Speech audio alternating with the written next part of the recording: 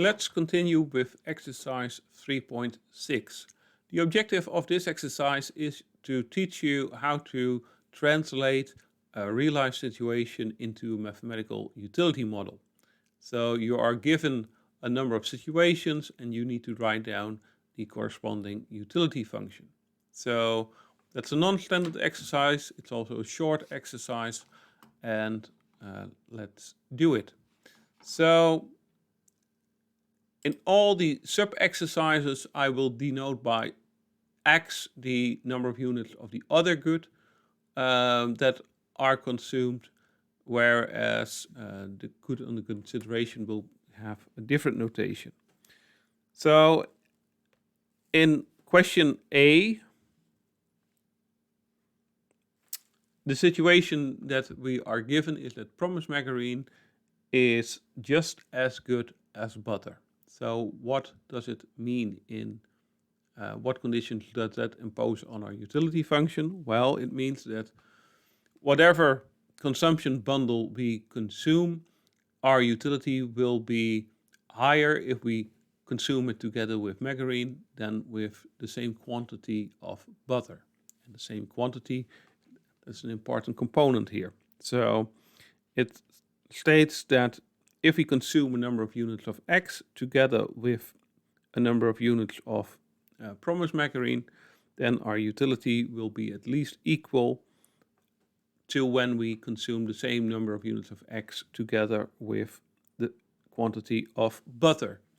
And we need to have that the number of units of promised margarine equals the number of units of butter.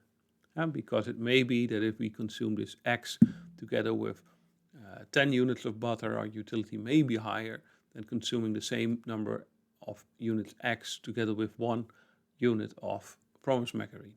So for this comparison, it needs to be that the number of units of peanut butter, of promised margarine and butter are identical.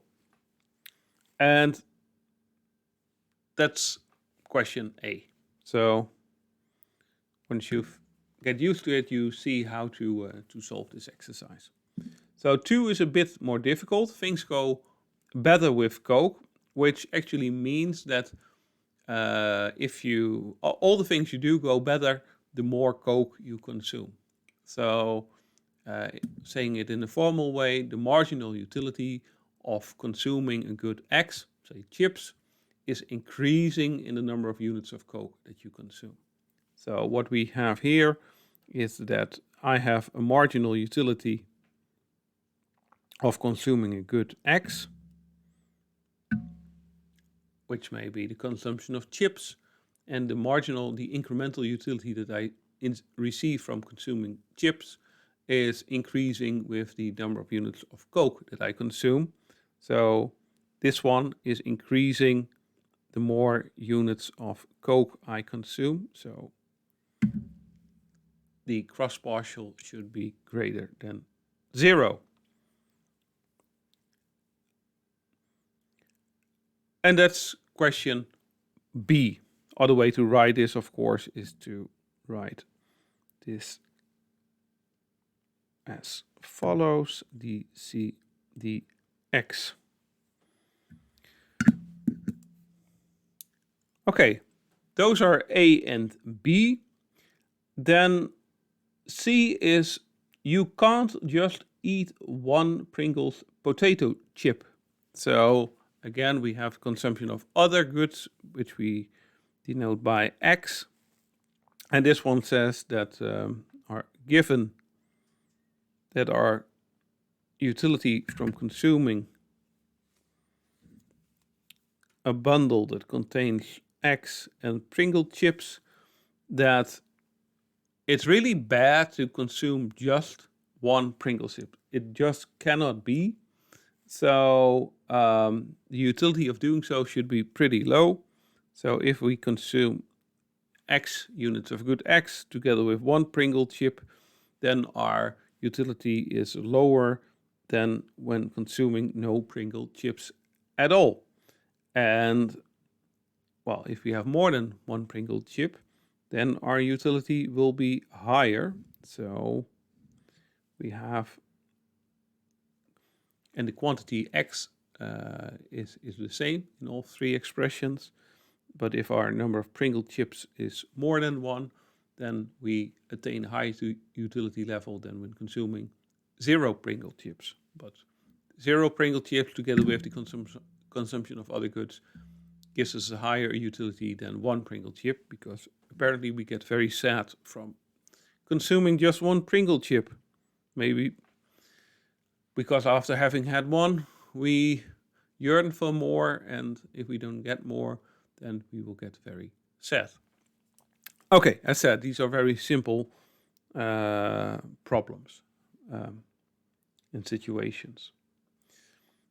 Then 4, Krispy Kreme glazed donuts are just better than Dunkin' Donuts. Okay, this is a fairly unconditional statement, which says that if our consumption bundle is the consumption of this other good, unspecified good X, together with a number of units kk of Krispy Kreme glazed donuts, then our utility must be strictly higher than when we consume the same number of units of X together with the quantity of Dunkin' Donuts. And again, as an A, we impose the additional condition that we have to compare the same number of units of Krispy Kremes and Dunkin' Donuts. And it needs to hold not for one specific X, but this needs to hold for any X, because it says they are just better. So independent whether we consume 1 unit of X, 10 units of X, of 3 million, this condition needs to hold. So that is D. Then finally, we arrive at E. Miller Brewing advises us to drink beer responsibly.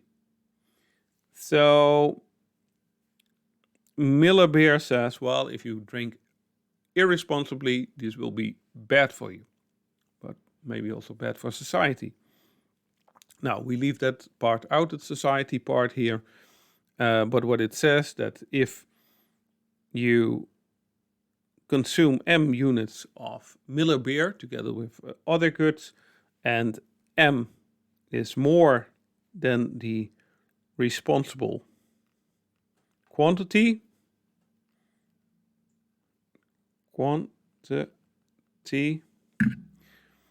then your utility must be strictly less than when you consume the same number of units of X with the responsible quantity. So say M responsible.